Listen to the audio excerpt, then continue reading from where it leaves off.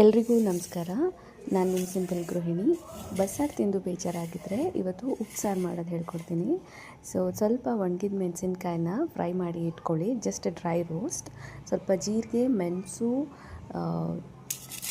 ಹುಣಸೆಹಣ್ಣು, ಸ್ವಲ್ಪ ಕೊತ್ತಂಬರಿ, ಬೆಳ್ಳುಳ್ಳಿ ಮತ್ತು ಸ್ವಲ್ಪ ಹಸಿ ಕೊಬ್ಬರಿ ಯಾವುದೂ ಫ್ರೈ ಮಾಡ್ದಿರ ಹಾಗೆ ಹಾಕಿ, ಆ ಹಸಿ ಘಮ ಇದ್ರೇ ಚೆಂದ.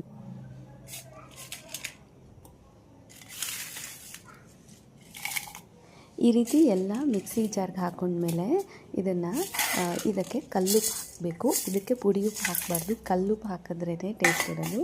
ಒಂಚೂರು ಮಸಾಲೆಗೆ ಎಷ್ಟು ಬೇಕಾಗುತ್ತೋ ಅಷ್ಟು ಮಾತ್ರ ಕಲ್ಲುಪ್ಪು ಮಿಕ್ಸ್ ಮಾಡ್ಕೊಳ್ಳಿ.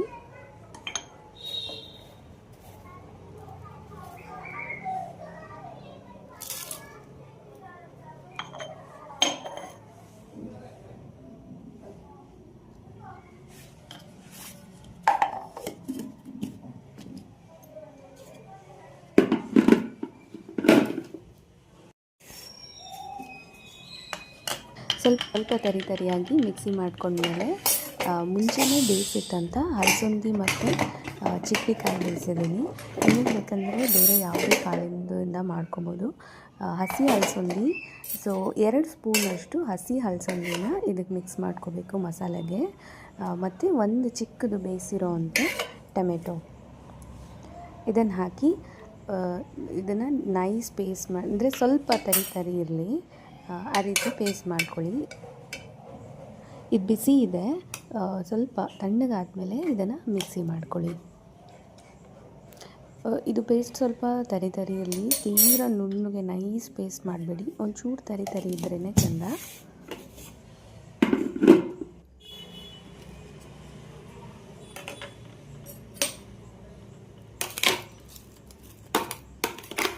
ಈಗ ಇದು ಆಲ್ಮೋಸ್ಟ್ ಒಂದು 80%.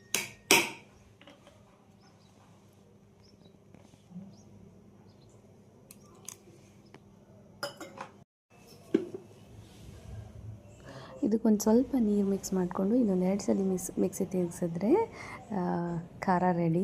ಈ ಉಪ್ಸಾರು ಖಾರ ನೀವು ಫ್ರಿಜ್ಜಲ್ಲಿ ಇಟ್ಟರೆ 2-3 ದಿನ ಆದರೂ ತುಂಬ ಚೆನ್ನಾಗಿರುತ್ತೆ.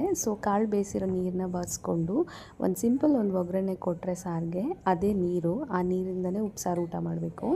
ಆ್ಯಂಡ್ ಆ ಪಲ್ಯಕ್ಕೆ ಒಂದು ಸಿಂಪಲ್ ಈರುಳ್ಳಿ, ಸಾಸಿವೆ, ಜೀರಿಗೆ, ಮೆಣಸು ಹಾಕಿ ಒಂದು ಸಿಂಪಲ್ ಒಗ್ಗರಣೆ ಕೊಟ್ಟರೆ ಪಲ್ಯ ರೆಡಿ. ಡಿಫ್ರೆಂಟ್ ಆಗಿರುವಂಥ ಹಳ್ಳಿ ಸ್ಟೈಲ್ನಲ್ಲಿ ಉಪ್ಸಾರು ಮುದ್ದೆ ಜೊತೆ ತಿನ್ನೋದಕ್ಕೆ ರೆಡಿ. Thank you.